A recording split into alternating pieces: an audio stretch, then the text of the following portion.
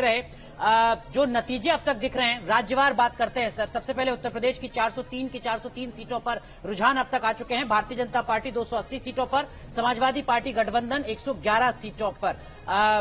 जाहिर सी बात है बीजेपी के लिए बधाई का दिन तो है, लेकिन इसके पीछे की बड़ी वजह आपको क्या नजर आती है?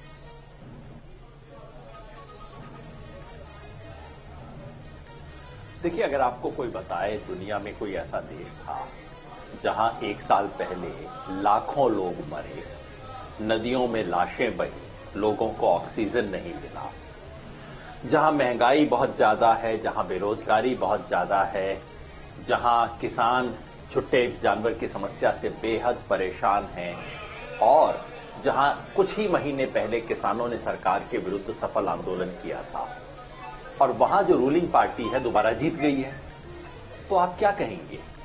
आप कहेंगे भाई या तो उसने कुछ ऐसा छुपा हुआ चमत्कार किया था जो मुझे पता नहीं है, या कोई जादू टोना किया था, या विपक्ष बिल्कुल निकम्मा है। तीनों में से कोई एक बात ही हो सकती है। जी, मैं समझता हूं तीनों का एक एक अंश उत्तर प्रदेश के परिणाम के बारे में सच है।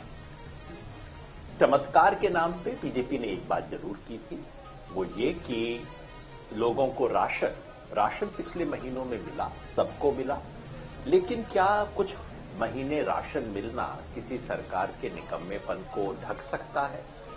दूसरी बात जो जादू टोना मैंने कहा, वो ये कि मीडिया के माध्यम से, कम्युनिकेशन के माध्यम से भाजपा ने, जैसा कल मैंने एक लेख में भी कहा है, दिलो दिमाग पर एक तरह से कब्जा कर लिया है। मैं जानता हूं विपक्ष के नेता कुछ कहेंगे ईवीएम पे कैप्चर कर लिया है, मैं नहीं जानता ईवीएम वगैरह नहीं गड़बड़ हुई है।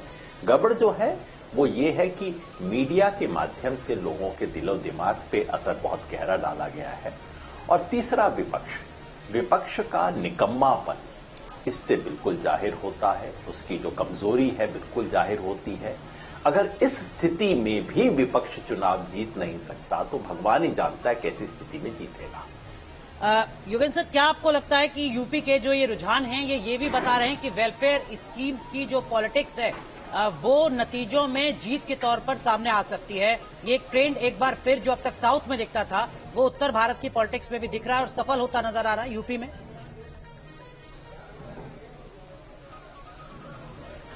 मैं ऐसा बिल्कुल नहीं मानता। देखिए, जो साउथ में वेलफेयर पॉलिटिक्स होती है वो एक अलग तरह की होती है। आप जाइए तमिलनाडु और देखिए वहां के किस तरह का राशन मिलता है, क्या कुछ मिलता है वहां।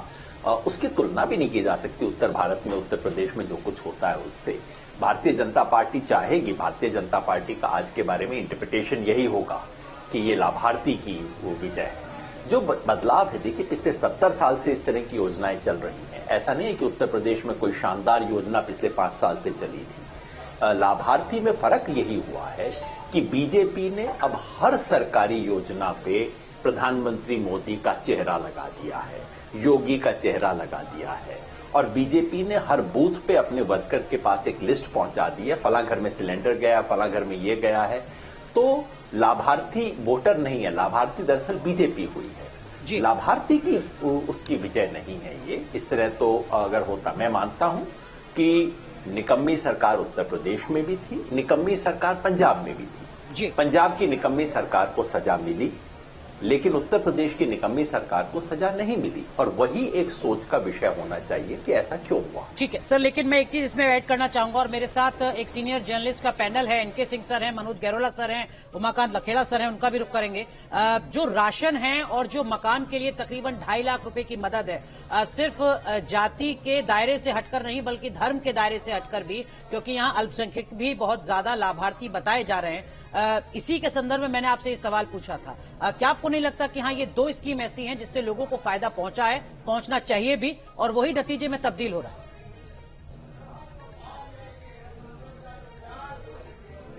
योगेंद्र सर, खासतौर पे राशन का फायदा पहुंचा, जाति धर्म के दायरे के बाहर पहुंचा। मैं उत्तर प्रदेश में घूमा, वहां का मुसलमान भी कहता है हाँ जी राशन तो मिला है, ये रिफाइंड भी मिला है, चना भी मिला है, एडिशनल राशन मिला है। लेकिन आप लोगों से पलट के ये पूछिए कि अच्छा मार्च के बाद मिलेगा, तो वो हंसने लग जाते हैं, जी आपको भी पता है क्या होगा।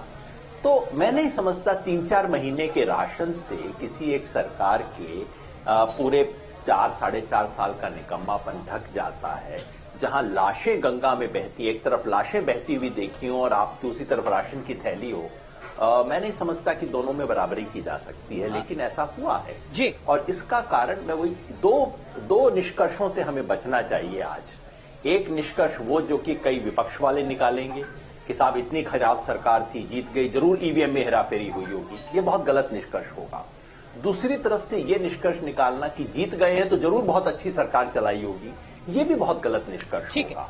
हमें हमारे लोकतंत्र की हकीकत को समझना चाहिए। जो आप कह रहे हैं सर, उसका मतलब ये कि 1 साल या 6 महीने बेहतर काम किया और उसके बाद आपके नतीजे पक्ष में आ गए, तो इसका मतलब आपकी सरकार ने अच्छा काम नहीं किया। लेकिन सर, मैं आपसे ये जानना चाहूंगा कि क्या ये पहली बार हो रहा है देश की राजनीति में? 2008 में किसानों की कर्ज माफी होती है, 2009 में यूपीए लोकसभा का चुनाव जीतती है, उससे पहले मनरेगा जैसी स्कीम आती है जो वेलफेयर स्कीम थी, उसको जीत के एक बड़ी वजह 2009 में भी बताई जाती है।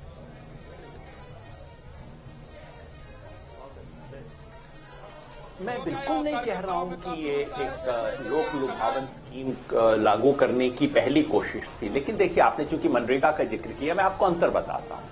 अब मान लीजिए मनरेगा के अंदर ऐसा होता कि जो मजदूर नौकरी करने जाएगा उसी दिन उसे डॉक्टर मनमोहन सिंह की तस्वीर वाला एक कार्ड दिया जाएगा और उसको बताया जाएगा कि कांग्रेस की वजह से तुम्हें मनरेगा में आज दिहाड़ी मिली, तो बिल्कुल एक अलग तरह का खेल होता ना। बीजेपी ने इस तरह का शुरू किया। बीजेपी एकमात्र पार्टी नहीं है, मैं समझता हूं दिल्ली के अंदर आम आदमी पार्टी भी अब उसी तरह का काम कर रही है। तो एक नई तरह की राजनीति शुरू हो रही है। मैं नहीं समझता कि ये मुख्यतः, देखिए उत्तर प्रदेश में 2 बातें मैंने वोटर के मुंह से हमेशा सुनी, पहला राशन, दूसरा गुंडागर्दी।